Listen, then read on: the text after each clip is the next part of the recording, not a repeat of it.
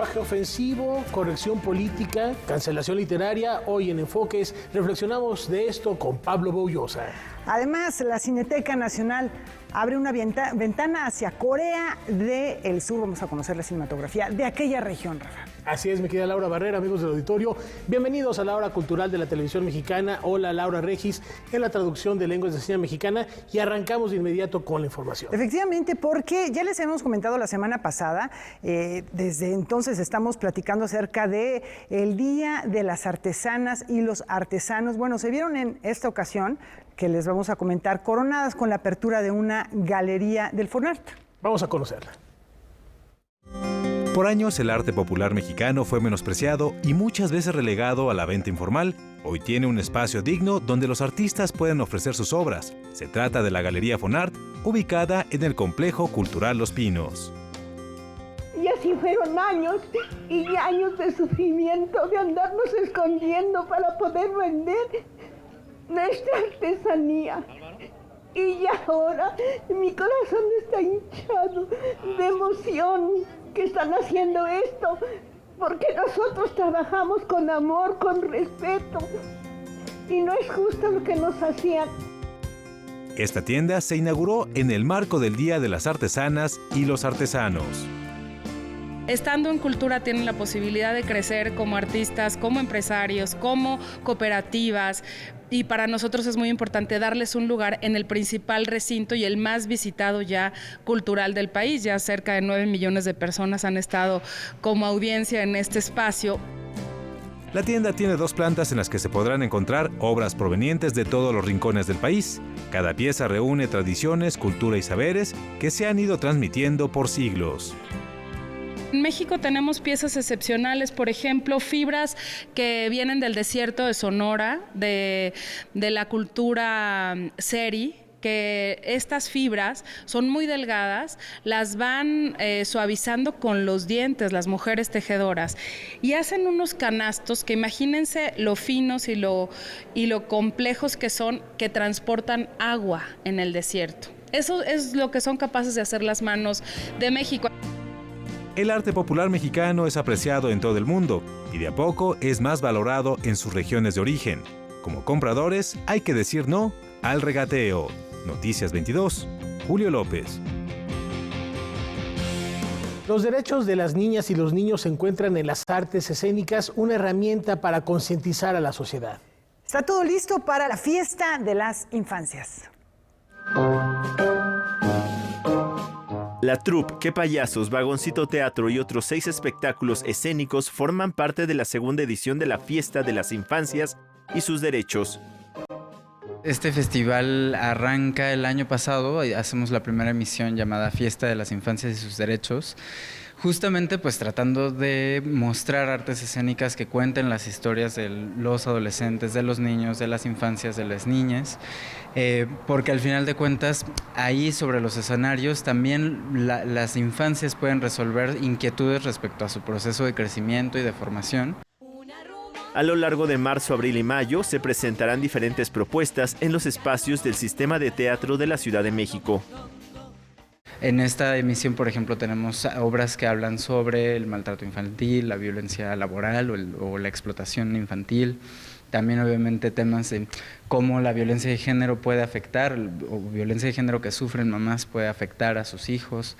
En fin, hay muchos temas que están abarcados en esta emisión. El ejemplo está también de Canticuénticos, un grupo argentino que en un mes agotó 3 fechas el mismo día, y que ellos justo tienen una canción que en Argentina fue muy celebrada, llamada Secreto, que básicamente habla de aquellos secretos que pesan tanto sobre los niños porque finalmente esconden algo que pesa sobre ellos y que es desagradable, que en ese caso es la violencia sexual.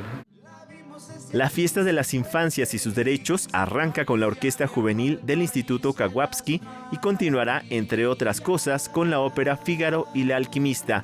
Toda la programación completa está en la página que aparece en pantalla. Noticias 22, Alberto Aranda. Se convirtió en un Hablemos de el movimiento muralista, los fenómenos migratorios y el inevitable paso del tiempo. Todos son elementos que prevalecerán en la memoria al volver la mirada a la muerte de las culturas. Tlaloc flanquea a la izquierda, la Estatua de la Libertad a la derecha. En medio, un torrente de agua en el que dominan hombres y niños que vuelan, danzantes, máscaras, animales y vegetales. Todos parte de una mitología colorida que Baltasar Castellanos plasma en el mural La muerte de las culturas, México Negro, que elabora a invitación del antiguo Colegio de San Ildefonso como parte de las conmemoraciones por el centenario del surgimiento del movimiento muralista en México. La migraciones pues desde las pasadas y las migraciones contemporáneas, las migraciones actuales, y habla también sobre la muerte de las culturas. ¿Qué quiero decir con esto? Es que de hace 3 años para acá he estado pintando estas 2 series que habla primero la muerte de las culturas, porque pues cada vez que llegaba a mi pueblo pues se iban, ya no estaba un amigo, el músico, el mascarero o el danzante. Originario de Coajinicuilapa, en la Costa Chica de Guerrero, comunidad que reúne a la mayor población afrodescendiente de la región, Baltasar Castellanos desarrolla este mural apoyado por Olga Manzano y José Luis Hernández Guzmán, del colectivo Raíz de la Ceiba. Yo vengo de talleres comunitarios, fui parte del Centro Cultural Cimarrón cuando lo crea y lo funda el padre Glynn en el Ciruelo. Tomé esos talleres ahí con maestros que venían de Oaxaca. Pues mi formación viene pues a dar talleres y clases a los niños y jóvenes de la Costa Chica, de la región de los pueblos negros, pues desde Oaxaca y Guerrero. Baltasar Castellanos reconoce su derecho a experimentar en el ejercicio plástico al emplear una paleta de colores saturados y de una multiplicidad de materiales. Este mural es técnica mixta, tiene desde carbón, va a llevar desde luego bordado, va a llevar mucho textil,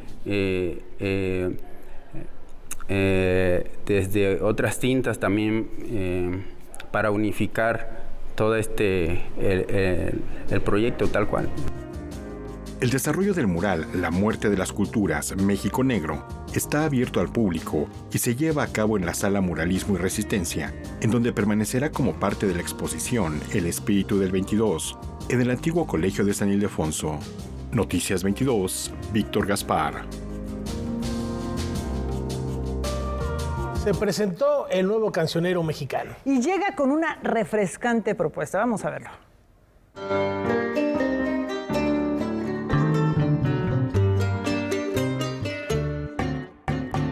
Entre versos, coplas y estribillos, la Dirección General de Culturas Populares, Indígenas y Urbanas conmemora el Día Internacional del Agua con la presentación de Por ti seré, nuevo cancionero mexicano. La iniciativa contempla 20 melodías creadas por compositores y cantautores nacionales dedicadas al vital líquido y a su relación con los seres humanos. Creo que es importante la difusión de la música que estamos componiendo, artistas que no estamos en la escena generalmente. Yo utilicé la inspiración del agua vista como una frontera, en particular el río Bravo.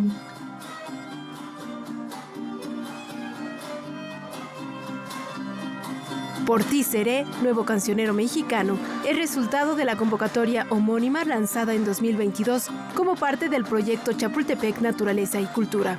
El repertorio contiene 10 canciones seleccionadas de la categoría Música Popular Mexicana y 10 de la de Música Tradicional, realizadas en algunas de las 68 lenguas indígenas del país y en español. Entre las propuestas sonoras se encuentran Aguijara, interpretada por el son jarocho Mono Blanco, y Cántaro, de la rapera Ceiba Cuicani, que hace una fusión de son huasteco, huapango y rap. Esta canción Cántaro está dedicada a esa frontera y a todas y todos los migrantes que han cruzado a Estados Unidos en busca de mejores oportunidades de vida.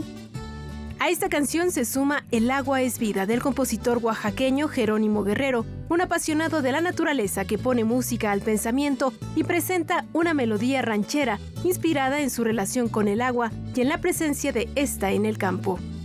Me tuve que trasladar hasta mi niñez y las vivencias, las pláticas con con las personas de antes y con las actuales, que es un problema realmente mundial lo del agua.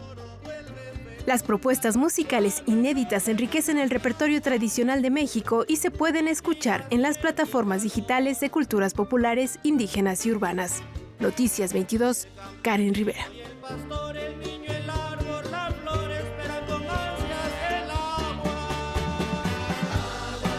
Antes de la pausa, los invitamos mañana, miércoles 22 de marzo a las 19 horas, a darse una vueltecita por la Fonoteca Nacional, que va a dedicar su sesión de escucha a Toña la Negra, una leyenda de la cultura popular mexicana. ¡Qué gran voz! Qué gran voz, y entre otras piezas se reproducirá el registro sonoro de Los Ejes de mi Carreta, canción que le gustaba interpretar mucho a la artista veracruzana, pero que nunca incluyó en su discografía editada. Va a dirigir la sesión el reconocido coleccionista de música Armando Pous, con la participación de Frida Vallejo y Fernando Eslava. Así que bueno, se va a poner bien. Además, la entrada es gratuita, no hay pretexto para no darse una vuelta a la Fonoteca Nacional mañana a las 7 de la noche. Y con esta invitación, nos vamos a la pausa.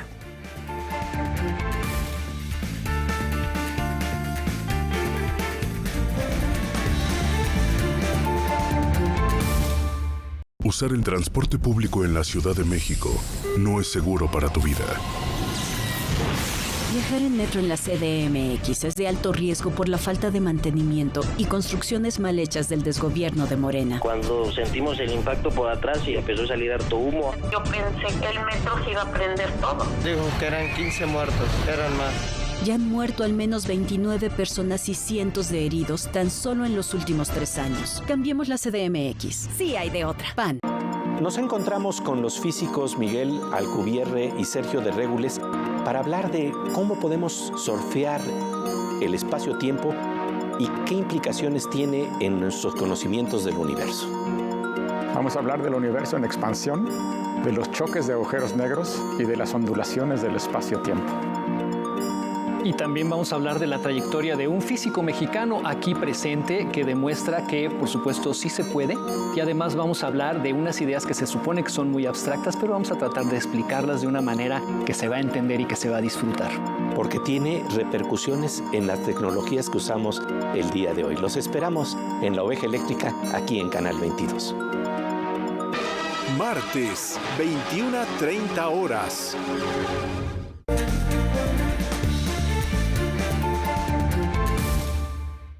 Corea del Sur y México ahora están más cerca. El pasaporte es el séptimo arte. La Cineteca Nacional sigue abriendo ventanas que nos permiten asomarnos a la actualidad de otras cinematografías. Recientemente se dio a conocer que tras varios años de gestiones, la institución responsable de preservar la memoria fílmica de México ha firmado un convenio de colaboración con el Festival Internacional de Cine de Jeonju en Corea del Sur para instaurar el premio Cineteca Nacional. Dicho reconocimiento consistirá en la exhibición de un largometraje surcoreano en las salas del recinto. El compromiso de Cineteca al dar ese premio es la exhibición y obviamente la subtitulación al español de la película, ¿no? Y puede ser para estrenar en Cineteca o para exhibir en la muestra o en el foro o en cualquier otro de las muestras que hacemos regularmente, ¿no? El Comité de Programación de la Cineteca Nacional será el encargado de elegir a la película ganadora entre los largometrajes surcoreanos que formen parte de la sección competitiva y la no competitiva del Festival de Jeonju. Nelson Carro espera que esta colaboración sirva como catalizador para que las películas de Corea del Sur, país con una de las cinematografías más potentes y mejor valoradas del mundo, lleguen a México incluso antes de que obtengan el éxito internacional. Por un lado, nos da una, digamos, importante visibilidad en un lugar como Corea, y por otro lado, nos permite también traer pues una película coreana a México. El Premio Cineteca Nacional México se entregará a partir de este año, en el marco de la edición 24 del Festival Internacional de Cine de Jeonju, que se llevará a cabo del 27 de abril al 6 de mayo. Para Noticias 22, César H. Meléndez. La historia se puede entender desde una perspectiva distinta cuando es contada en primera persona. Como a muchos de su generación, al secretario de Relaciones Exteriores, Marcelo Ebrard, lo marcó la lectura del libro La noche de Tlatelolco, de Elena Poniatowska. Nos abrió los ojos y nos llevó a una pregunta que todavía nos emociona, que es: toda acción política tiene que estar alejada de la violencia por definición, y el respeto a la dignidad humana, a la esencia humana, a su libertad, a sus opciones, a sus resoluciones y a sus compromisos. A lo largo de su trayectoria han sido muchos los acontecimientos que han forjado su pensamiento y sus acciones. Su experiencia de más de 4 décadas de trabajo las comparte a través del libro El Camino de México, que fue presentado en el Palacio de Minería. Es un libro de historia contado en primera persona, de 40 años de trayectoria ocupando no solamente puestos importantes, sino ocupando la historia. Es decir, estando en momentos que marcaron su vida, pero también la vida de la generación de muchas y muchos de nosotros. Por otra parte, la escritora Elena Poniatowska recordó la iniciativa que permitió despenalizar el aborto en la Ciudad de México. Imposible para mí presentar su nuevo libro que se llama El Camino de México sin mencionar su apoyo a las mujeres más olvidadas de nuestro país.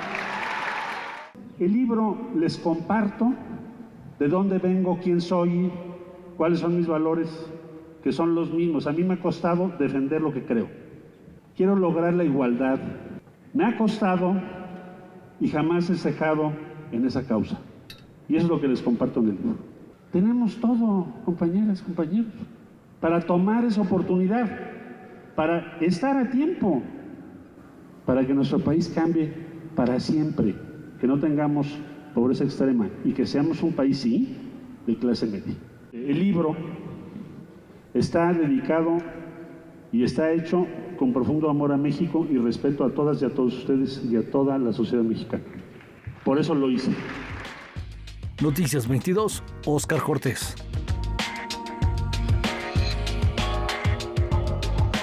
La Primavera Bonita concluyó sus jornadas entre días de luz y nombres propios. Siempre creí que Dios... Concluyó el Festival Internacional de Escritoras Primavera Bonita, un encuentro dedicado a las letras y la poesía que se realizó en el Complejo Cultural Los Pinos. Yo creo que está padrísimo además que se haga en Los Pinos porque es un poco reapropiarnos de esos espacios, ¿no? Darle otro significado. Entonces, bueno, pues que haya cada vez más eventos de mujeres que están escribiendo y que además sean en espacios públicos me parece fantástico. Mercedes Alvarado compartió con el público algunos textos del libro Días de Luz Larga, su libro anterior, y un par de poemas de su nueva obra, Nombres Propios. De pronto mucha gente le tiene miedo a la poesía, ¿sabes? Como que dice, ay, reunión de poetas, no, eso va a ser inentendible. Entonces invitarlos también a que vengan y se den cuenta que las poetas estamos escribiendo cosas que tienen que ver contigo, conmigo, con la realidad que nos atraviesa, que no es nada del otro mundo ni nada complicado y que al contrario, se van a encontrar de pronto ahí en el trabajo de las colegas. Sobre su próximo libro, nos adelanta que tiene como tema central la desaparición de personas. Sale con Elefanta, que es un libro sobre el duelo colectivo que estamos viviendo frente a las pérdidas que no podemos cerrar porque no tenemos cuerpos o porque nos quedamos buscando a las y los que nos faltan. Y pues en eso vamos a estar los próximos meses. Esta primera edición del festival, Primavera Bonita, estuvo dedicada de manera póstuma a Dolores Castro, poeta, narradora, ensayista, catedrática y crítica literaria.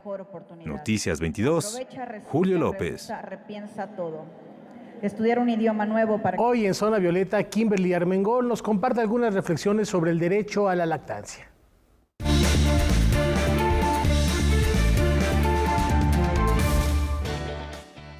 Pues muy buenas noticias para las mujeres en la Ciudad de México, porque el Congreso de la ciudad elevó la lactancia materna a un derecho constitucional.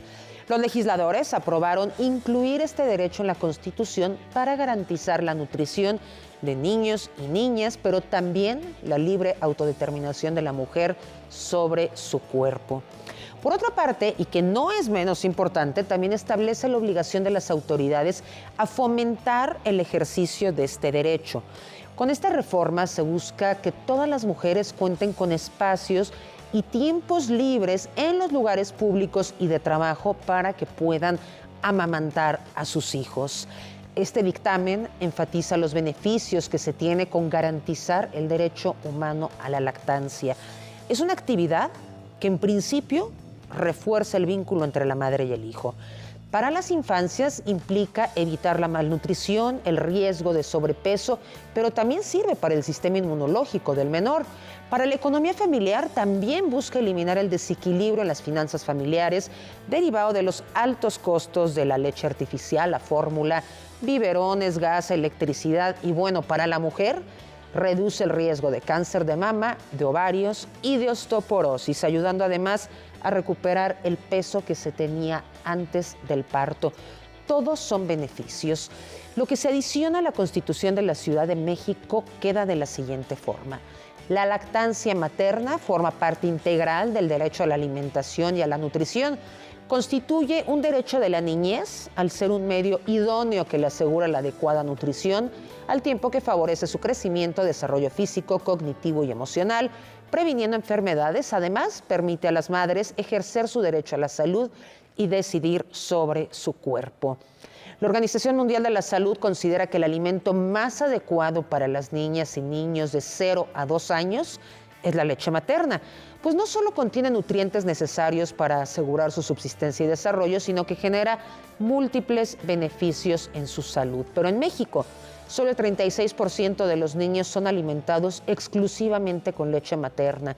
Esto por las dificultades que representa para las mujeres, la falta de instalaciones adecuadas, pero también los estigmas sociales, la discriminación y la sexualización. Así que si ustedes en sus centros de trabajo en la Ciudad de México no cuentan con espacios designados exclusivamente para lactar, ya los podemos exigir como un derecho humano. Esta noche en Debate 22, la logoterapeuta especialista en adolescentes y jóvenes, María Amelia Aguilar, acompaña a Gaby Tlaseca para hablar de retos virales. No se pierdan esta charla al término de este espacio informativo. Retos virales, vaya un temazo. Porque ha costado muchas vidas y sobre todo en esas preadolescencias y adolescencias hay que tener mucho cuidado de lo que están consumiendo, sobre todo en las redes sociales. Las nuevas generaciones no se pierdan Debate 22. ¿Volvemos? Muy breve pausa tenemos.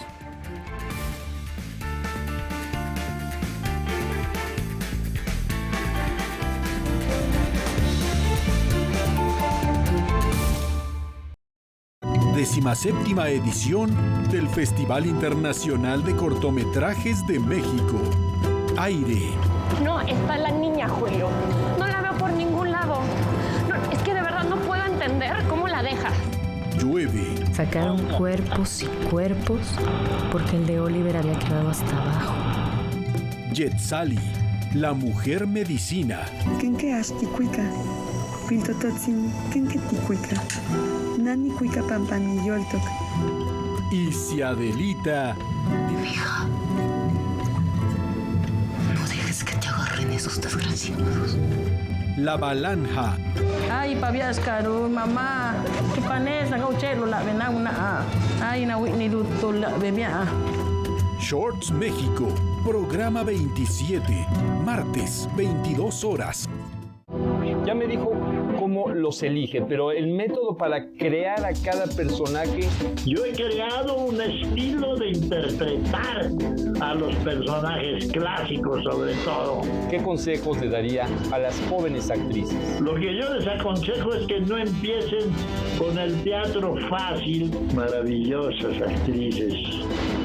De todas me he enamorado. Ignacio López Tarso. Homenaje a Ignacio López Tarso, el gran Macario. Pantalla de Cristal, segunda parte, miércoles, 21:30 horas.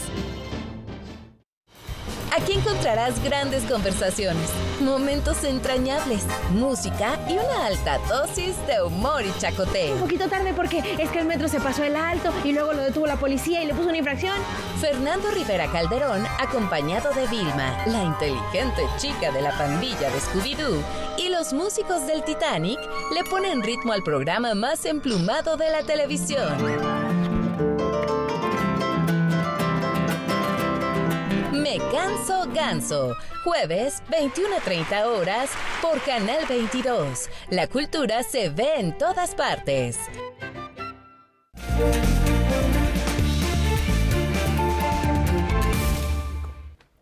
Esta agrupación ha desafiado las fronteras con su música. Con más de 3 décadas de historia, Tokyo Ska regresa a nuestro país. Son ellos, los creadores de sonidos sin fronteras, los que conciben la música como un paraíso para el alma, los que no creen en los muros. Son Tokyo Ska Paradise Orchestra, los que fueron reconocidos por su sobresaliente contribución a la promoción del entendimiento mutuo entre México y Japón en una ceremonia realizada en la residencia del embajador japonés Fukushima. それぐらい嬉しいことだったし、そして僕らにとってメキシコは第二の故郷なんだなっていうことを今日思いっきり感じることができて。Y además ellos cantan no solamente canciones japonesas o mexicanas, sino muchas canciones de varios tipos. Eso realmente da mucho impacto a toda la gente para sentir que realmente nosotros somos amigos. Tokyo Ska Para, como los llaman sus fans, son una banda surgida en 1985 que explora ritmos como el jazz, el funk y el rock. Apasionados de los sonidos latinoamericanos, utilizan el ska como medio de comunicación que rompe fronteras. Después de presentarse por primera vez en México en el Vive Latino de 2011 y en 2019 en el Festival Internacional Cervantino, la agrupación nipona escogió este país para regresar a los escenarios luego del confinamiento por la pandemia, con 2 presentaciones, una en Guadalajara y otra en el pasado Festival Iberoamericano de Cultura Musical.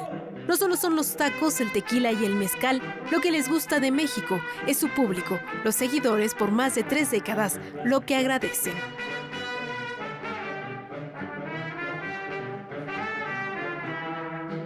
Paradise という意味においては、僕らが奏でる音楽だから、僕らの目から見る世界地図には国境がない、そういうつもりで常に演奏してます。それがパラダイスじゃないかなと思ってます。Es la primera vez que se entrega un reconocimiento en la Embajada de Japón en México a una agrupación de música popular. El objetivo es impulsar la promoción del entretenimiento entre ambos países a través del intercambio cultural y musical. Noticias 22, Karen Rivera.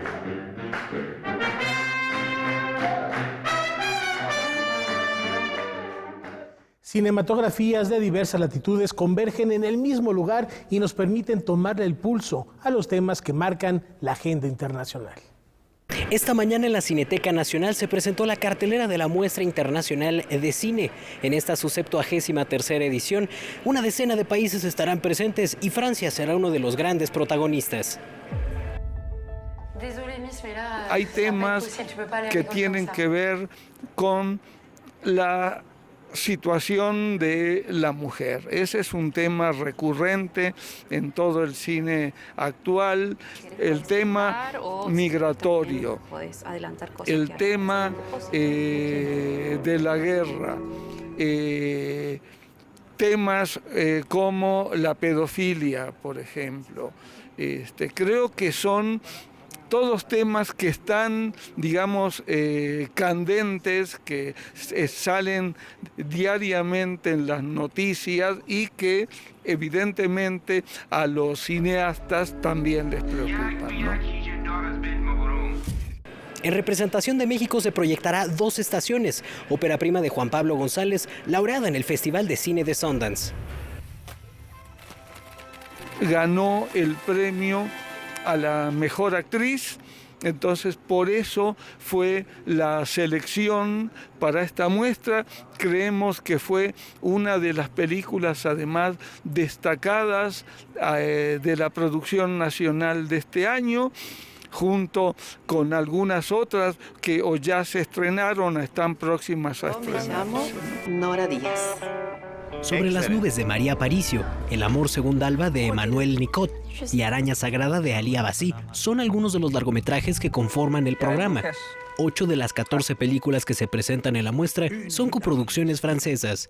Francia coproduce buena parte de las películas que se producen en todo el mundo, ¿no? Hay muchos fondos que apoyan el cine y entonces cada vez hay más películas que aparecen, digamos, en términos de producción como francesas, a pesar de que cuando uno las ve no tengan nada de francesa en su tratamiento o en sus historias o incluso en sus directores o actores, ¿no?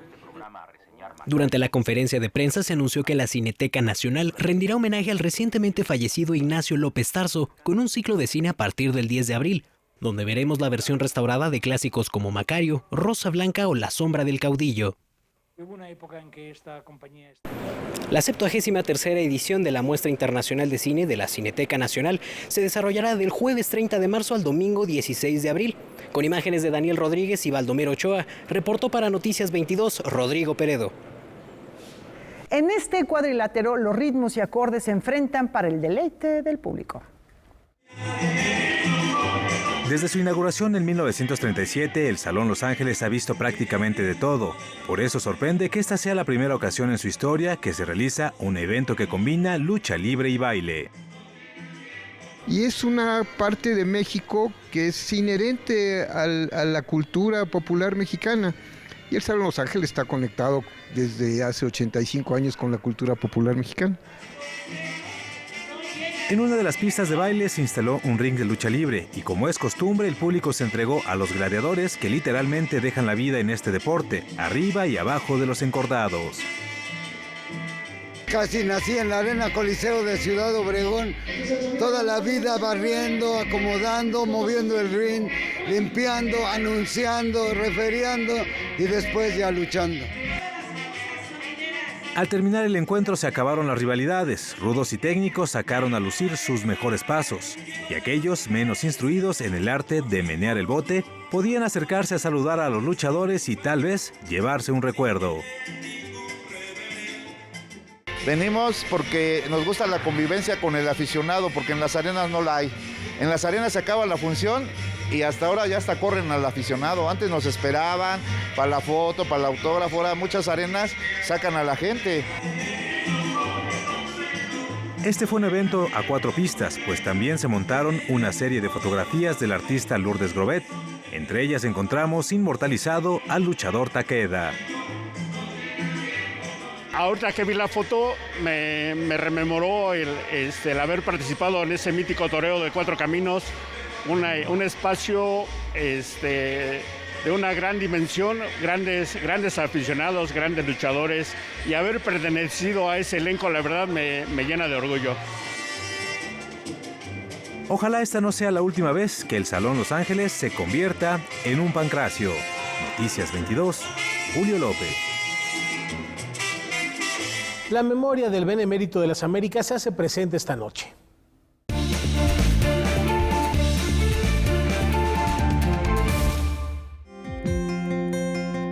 Definido por Justo Sierra como la expresión auténtica y única de la ley, Benito Juárez fue uno de los protagonistas significativos de la escena histórica mexicana y mundial. De origen zapoteca, ocupó la presidencia de México en repetidas ocasiones y proclamó las leyes de reforma con las que se volvió una realidad la separación entre los bienes de la Iglesia y del Estado. Además, promulgó la llamada Ley Juárez, instrumento que sirvió para abolir los privilegios de militares y clérigos. El Benemérito de las Américas, conocido así por su lucha contra la invasión francesa, consideró al derecho de pensar como libre y sagrado, y a la educación como el elemento fundamental en el que descansa el engrandecimiento de los pueblos y la libertad. Hoy, recordamos al también fundador de Escuelas Normales, quien nació el 21 de marzo de 1806, en San Pablo Guelatao, Oaxaca. Reconocen a las voces del deporte mexicano. Hace poco más de un lustro surgió Voces del Deporte Mexicano, iniciativa que busca poner en valor el papel que han desempeñado los cronistas deportivos, desde los grandes maestros del pasado hasta los referentes del presente, en la cultura popular de nuestro país. Este proyecto cuenta con el apoyo de la Secretaría de Cultura a través de la Fonoteca Nacional, pues cada año se incorporan nuevas voces de narradores y comentaristas deportivos propuestas por un grupo de expertos al acervo sonoro de México. Lo que nosotros buscamos es que la gente tenga la posibilidad de, en el tiempo, poder descubrir en la Fonoteca Nacional esos grandes acervos, esas grandes historias que son las que le están dando vida en muchos sentidos al deporte mexicano. Es un gusto poder acompañar este presidium y este muy merecido reconocimiento a esas voces que forjan y forman parte del inconsciente auditivo de México. Este fin de semana tuvo lugar en el Foro Total Play la presentación del nuevo premio que Voces del Deporte Mexicano habrá de otorgar de aquí en adelante a lo mejor de la crónica deportiva de nuestro país. Se trata de un galardón diseñado por el artista plástico César Menchaca. A todos los embestidos pues he vibrado con sus narraciones, con sus voces y pues bueno, contribuir a reconocerlos pues es para mí un orgullo y un gusto. Durante el evento se reconoció a los miembros del Consejo Consultivo de Voces del Deporte Mexicano, conformado por figuras consagradas del periodismo deportivo como Emilio Fernando Alonso, Fernando Schwartz, Francisco Javier González, Raúl Orbañanos, Fernando von Rossum, Gabriela Fernández de Lara y Rodolfo Vargas. Para Noticias 22, César H. Meléndez. La diversidad cultural de México se manifiesta en su música y llega hasta nuestras raíces. Ritmos provenientes de 8 regiones del país hicieron vibrar el complejo cultural Los Pinos a través del programa Música de Raíz México. Vamos a tener una variedad creo que bastante interesante de los diferentes ritmos que tenemos y la diversidad que tenemos en nuestro país. Esta fiesta musical arrancó con la presentación de Papagayo, Música de Colores, representando la región sureste, una agrupación encabezada por Aida Borges, escritora y compositora yucateca con más de 25 años de trayectoria. Cerramos con Filín Manden, que son de Morelos, pero que tienen mucha influencia de afrodescendencia en su espectáculo y en sus ritmos. Entonces creemos que vamos a cerrar súper alegres. Daniel de Lizanca representó la región noroeste con Calma. Desde Tuxtla llegó el colectivo Cactus. En el programa también figuraba el colectivo Son del Montón de la región occidente. Del centro se presentaron Los Botes Cantan, una agrupación del Estado de México. De la región noreste llegó Certillo Folk y de la región centro-occidente, Cintia Morado, quien cautivó al público con su combinación de música y literatura. Todas, así es, todas ya se han estado y se están presentando en sus regiones y fueron elegidas, digamos, para venir y representar a cada región en este festival de música, ¿no? Cada una de estas 8 agrupaciones fue ganadora en su región de las convocatorias del Circuito Nacional de Artes Escénicas Chapultepec, Música Raíz México 2022. Noticias 22, Julio López. Mucho más al regresar. Y hasta aquí Pablo Boullosa, no se muevan de sus lugares.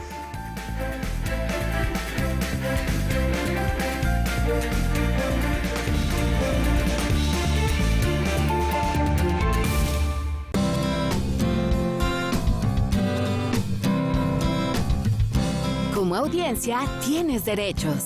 Debes conocerlos para poder ejercerlos y ser parte de los televidentes críticos y participativos. Es muy importante que sepas que la televisora debe respetar los horarios anunciados en su programación, tener acceso a la misma calidad y niveles de audio y video. Para más información, consulta la página de defensoría.canal22.org.mx.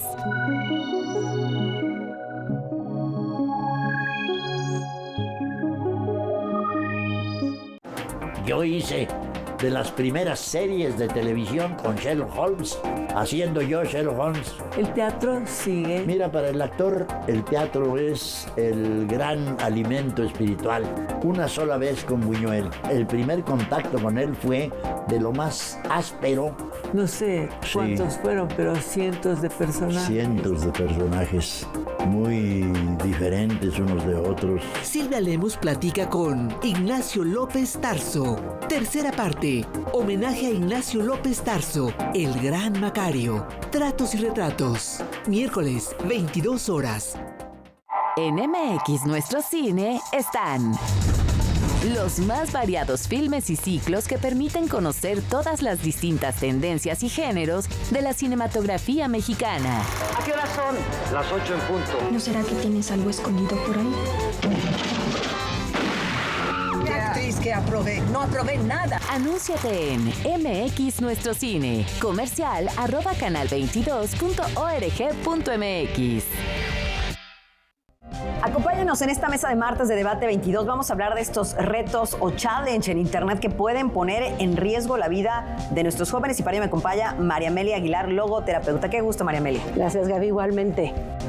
Pues este tema que está hoy en día muy terrible para toda la sociedad, son buenos, son malos los retos a los que se meten nuestros jóvenes, pero lo más importante es desafiar el límite que están queriendo llegar, porque no solamente se pueden lastimar ellos mismos, sino también pueden lastimar a alguien más. Le vamos a entrar de lleno a este tema, así que los esperamos 9 de la noche, Canal 22. Hoy, 21 horas.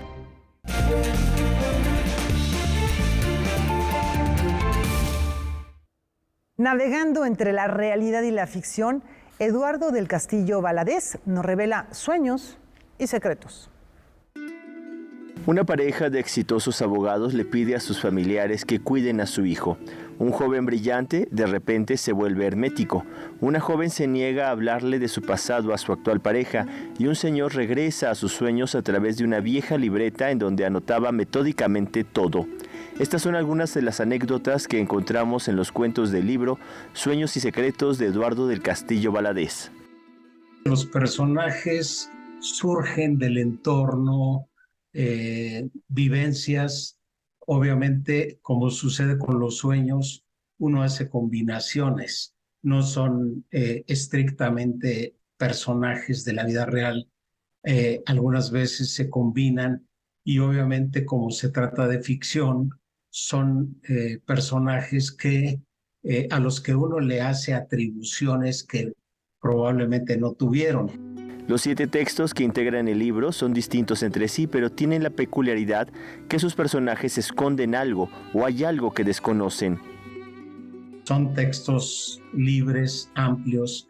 La gran ventaja que se tiene cuando se hace literatura es que se puede desplegar la imaginación, como lo hacen los sueños justamente. Los sueños no se someten a un esquema racional. No se está pensando qué se debe y qué no se debe escribir, dónde están los límites, sino uno despliega ese inconsciente que aflora, y me parece que ese sí es un factor para escribir literatura. Noticias 22, Alberto Aranda. Porque la poesía es un instrumento que permite unir a las personas y alimentar la paz, hoy celebramos su día.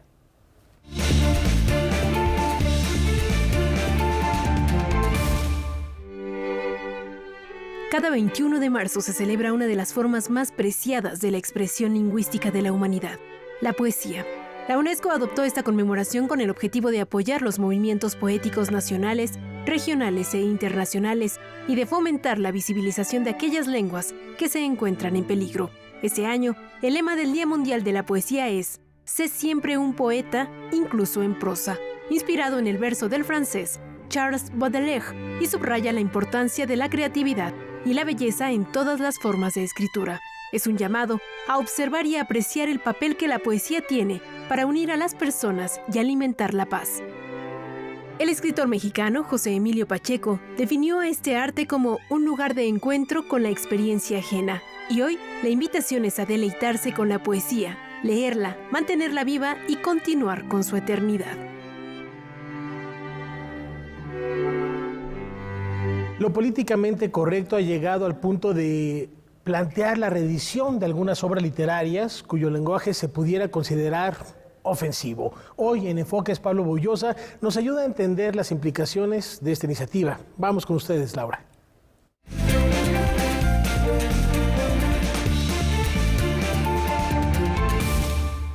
Roald Dahl es un escritor británico de origen noruego, quien es conocido por muchos libros dedicados a niños, a niñas, como Charlie, la fábrica de chocolates, Matilda, un par que tengo aquí en unas bellísimas ediciones que iremos viendo en un ratito, imágenes de ellas publicadas por Nórdica Libros, como son La Cata y El Librero. Bueno, ya los están mostrando acá en pantalla nuestros amigos de producción. Bueno, pues resulta que este autor ha estado recientemente, estos días, en el ojo del huracán, porque bueno, él empezó a publicar, nace en 1916, empieza a publicar en 1943 y publica hasta los años 80 más o menos, muere a principios de los 90, y es importante entender este contexto y ubicar históricamente al personaje. Está envuelto en una polémica que él en sus días nunca se hubiera imaginado, que es la de la cancelación cultural y la del lenguaje literario ofensivo. Pablo Bollosa, como ya bien lo anunciaba Rafa, está con nosotros, escritor al que le gustan las palabras y al que le gustan los dilemas, y esto ya pareciera que se está volviendo un dilema clásico. Para quienes discutimos estos temas, y creo que ya toda la sociedad está mucho envuelta en esta idea de la corrección política, en esta idea del lenguaje ofensivo sobre todo, ¿no? Y resulta que aquí podemos encontrar en estos libros, que son muy bellos, detalles que en un momento dado Puffin Books, una editorial británica, que se dedicó ya a revisar las publicaciones que tiene para que si se habla de una señora fea, pues ya no sea fea, si habla de una secretaria, no solo pues fea, si es gordito, ya no sea gordito, en fin. Si es una señora atractiva, ahora es solo una señora amigable. O sea, ya ni siquiera es una señora. No, aquí tengo, así es. O sea, ya la señora atractiva pasó a ser una señora amigable. ¿Objetualizando a la señora si le dicen atractiva? ¿Algo así podría ser? Pues no lo sé, ¿no? Cajeras y secretarias, pues ha sido sustituido por científicas y empresarias. ¿Qué tienen de malo las cajeras y las secretarias? Entre paréntesis, yo fui cajero y secretario. No es que me sienta ofendido particularmente en mi sensibilidad, pero sí en mi sentido común. Sí, lo que ocurre es que hay como un movimiento para hipersensibilizar a las mujeres y a las minorías raciales y a las personas que pertenecen a cualquier comunidad que haya sido real o ficticiamente oprimida por otra, hipersensibilizarlos para que estén todo el tiempo percibiendo esas ofensas y que se sientan y que ellos denuncien que los hacen sentir muy mal o que son borrados de la historia. Y entonces que tenga que cambiarse el lenguaje. Cambiar el lenguaje es algo muy peligroso, Laura. Václav Havel decía que mientras más dictatorial es un gobierno, más se va a enfocar en cambiar el lenguaje. Bueno, pues, como ocurrió con todas las dictaduras comunistas que él padeció en Checoslovaquia y en muchos países de Europa del Este o en la Unión Soviética. Ahí me gustaría recomendar 3 libros antes de que se nos vaya el tiempo volando. Uno de ellos es el libro de Víctor Klemperer, que se llama LTI, la lengua del Tercer Reich. Son las memorias o los apuntes de un filólogo. Creo que es un libro brillantísimo que explica cómo él vivió en la Alemania, vivió el ascenso del nazismo y va explicando cómo van distorsionando el lenguaje, y eso tiene consecuencias muy malas para la sociedad. Otro libro que me gustaría recomendar hoy es el de Laura Lecuona, Cuando lo trans no es transgresor, que es el libro de una feminista muy consciente de todos estos problemas, muy inteligente y que creo que es un libro que vale la pena mucho leer hoy en día. Y por último, el libro de Alejo Shapire, que se llama La traición progresista, que trata un poco de cómo cuando tú estás muy joven, pero las personas de mi generación siempre asociamos la libertad de expresión con los movimientos de izquierda. O sea, las personas que éramos de izquierda queríamos más libertades. Y ahora resulta que es completamente al contrario. Ahora lo que buscan muchos sectores de la izquierda es silenciar, es censurar, es que no digas. Y eso es muy peligroso porque la libertad de expresión es casi igual que la libertad de pensamiento. Es decir, para pensar bien necesitas elaborar tus ideas y necesitas exponerlas a la opinión de otros. Solo de esa forma puedes darte cuenta si estás diciendo idioteces o no estás diciendo idioteces. Y solamente de esa forma podemos prosperar. Ahora, esto pensando en que pudiera tener algo positivo, ¿tú crees que el hecho de las comunidades, de los grupos que nos hemos sentido o se han sentido ofendidos, discriminados en grupos, o que se ha pensado que hay comportamientos que ya no son aceptables, como por ejemplo relaciones con personas menores de edad, la pederastia y demás, que puede haber libros que pueden ser hasta a lo mejor maravillosos como Lolita, en fin? ¿Tú crees que esto también está siendo cancelado por temas que tienen que ver con la idea de un lenguaje o de un discurso ofensivo? No, a ver, el lenguaje es importante, pero tampoco existe la magia, digamos, la magia simpática de los antiguos que creían que diciendo algo eso se convertía en realidad, o evitando decir algo eso desaparecía. Claro. Y estamos volviendo un poco ese pensamiento mágico, ¿no? Con la corrección política se pretende cambiar la realidad a través del lenguaje y no es tan fácil. Ahora, desde luego el lenguaje es importante. Mencionaste el caso de Lolita. Ahí sí me gustaría decir que el autor no tenía ningún gusto por las menores de edad. Claro que no, y lo advierte él mismo. Y en cambio, pero toda esta herencia, digamos, de lo que ahora se llama el wokismo, o la cultura woke, o cualquier otro nombre que se le dé, es mucho herencia de un pensador como Michel Foucault, que él sí tenía relaciones con menores de edad, y con menores de edad de niños que se iba al norte de África a pagar prostitución infantil. Era un tipo realmente malvado y perverso, y no obstante es el autor más citado hoy académicamente, es el filósofo más citado, no el autor, el filósofo más citado en los papers. Y mucho de esta énfasis en detectar cualquier micropoder, cualquier cosa que pueda lastimar tu sensibilidad, viene de él. Y yo creo que muchas universidades están muy concentradas en esta idea de que los sentimientos son muy importantes y no pueden herirse. Y yo creo que eso es un error, que no hay que vivir pensando que tus sentimientos pueden ser heridos todo el tiempo. Y sí me gustaría recordar, para mí al menos, no hay nada más inclusivo que decir la verdad y evitar la estupidez. O que al menos intentar decir la verdad e intentar evitar la estupidez. Eso es lo inclusivo. Eso es lo que realmente nos va a servir. Todo lo demás es hacernos mensos a nosotros mismos. Bueno, porque hay la cancelación por los contenidos literarios, pero también a veces por los comportamientos de los autores.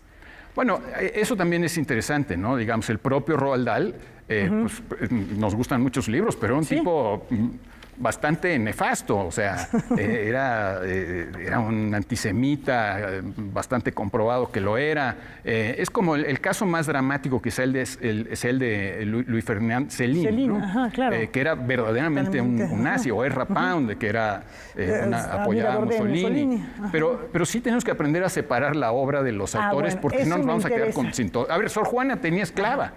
¿La vamos a cancelar porque tenía una esclava? Pues claro que no, ¿verdad? No nos vamos a privar de la... Burroughs, por ejemplo, feminicida. Althusser, feminicida. Sí. ¿Pero su obra? Bueno, en el caso de Althusser yo sí no la recomiendo en absoluto. Bueno, pero digamos que ¿se puede separar? Sí, hay que separarlas. A ver, es muy difícil, pero deberíamos aprender a juzgar a los demás, no solo a los escritores, sino a las demás personas por sus mejores aspectos, por sus mejores facetas. Si le buscamos lo malo a los demás, insisto, no solo a los escritores, a cualquier persona, todos tenemos sombras, todos tenemos graves defectos. Y yo creo que la cancelación está mal. Lo que realmente se podría hacer serían pues ediciones críticas, prólogos, como se ha hecho, por ejemplo, en Alemania cuando publicaron Mi lucha, que me parece un libro nefasto, pero pues es importante para los historiadores o hay gente que tiene curiosidad por esas cosas. Personas, sí. Hay que publicarlo en una edición crítica y es lo más que puedes hacer. Efectivamente. Entonces, ¿tú recomendarías que sigamos leyendo? Claro, a Roald Dahl. Antes de que lo edulcoren y lo hagan y además con esas ediciones que me pareció muy interesante porque además tienen unas ilustraciones que creo que por ahí vimos algunas, así como muchos otros autores que pues sus palabras siguen siendo válidas. Y vamos a justamente despedirnos con 3 preguntitas que siempre hago a nuestros invitados en este segmento. Y bueno, tratándose de ti, te voy a preguntar, si me lo permites, la primera sería una palabra que a ti personalmente te guste, por su significado o por su sonido. Bueno, por su significado y por su sonido, me gusta mucho la palabra cántaro. Cántaro, es bellísima. Siento que es como que tiene algo líquido y musical, ¿no? Una olla que canta, una olla que oye casi. Efectivamente. La segunda sería una palabra que te desagrade, que no te guste. Bueno, la que más me desagrada comienza con N y me desagrada tanto que no la voy a decir. A lo mejor me estoy imaginando. Pero problemática. Odio cuando la gente en lugar de hablar de un problema, dice la problemática. Me parece... Sí, exactamente. Efectivamente. Torpe. Y finalmente, una palabra quizá que la repitas mucho, que te digan, oye, tú dices mucho esta palabra, que forme parte de tu lenguaje. Bueno, siempre ando dando las gracias. Siempre ando diciendo gracias y buenas noches. Una palabra a cualquier clave. hora del día digo buenas noches, no sé por qué. Bueno, pues buenas noches y gracias por estar aquí, Pablo. ¿Cómo ves? Al contrario, gracias. Es un siempre leccionador escuchar a Pablo. Ahí está, separar al ser humano de su obra, del artista, entender que el lenguaje evoluciona a partir de la sociedad y no al revés. ¿Y qué va a pasar con Agatha Christie y los 10 negritos? Sí, ya claro. Lo veremos después. Muchas gracias, nos vemos el día de mañana. Gracias, Pablo, hasta entonces.